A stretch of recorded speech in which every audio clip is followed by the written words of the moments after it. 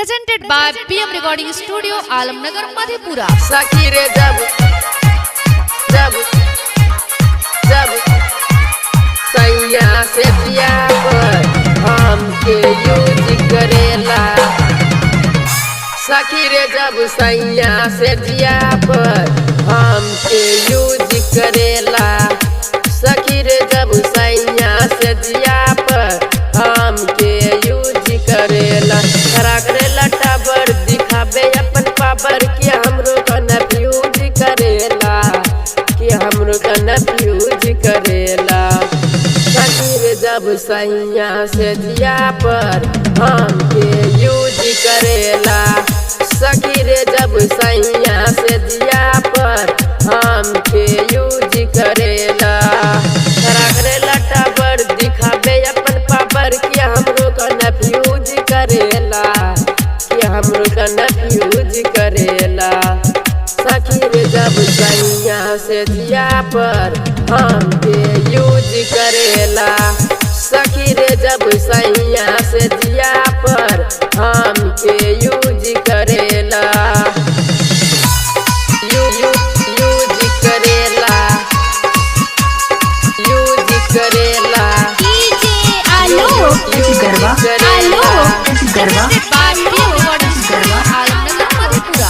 सखी रे जब सैया से दिया पर हमके यूज करेला।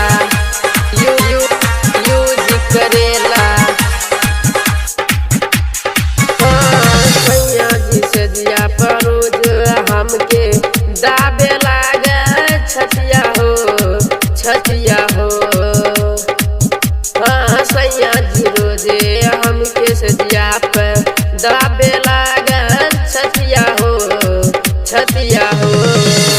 करेला रोज बवाल होइल बुरा हाल, नायक मोरा बात मानेला, नायक मोरा बात मानेला। सखी रे जब सैया से दिया पर हमके यूज करेला। सखी रे जब सैया से दिया पर हमके यूज करेला।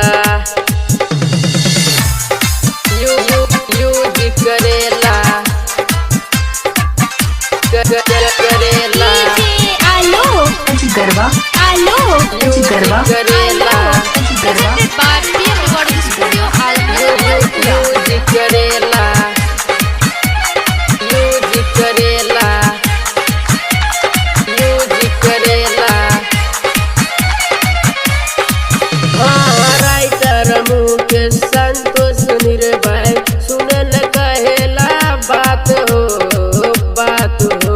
हाँ राइटर मुके संतोष निर्भय कहेला सुनना बात हो, बात हो। कन्हैया जी समाट मिस्टर मुनीस हमके दिल में रहेला, हो हमके दिल में रहेला। सखी रे जब सैया से दिया पर हमके यूज करेला। सखी रे जब सैया से दिया पर हमके यूज करेला।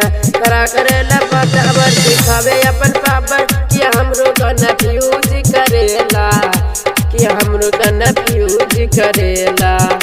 सखी रे जब सैया से दिया पर हमके यूज करेला। सखी रे जब सैया से दिया पर हमके यूज करेला, यूज करेला, यूज करेला। Presented by B.M. Recording Studio, Alamnagar Madhepura.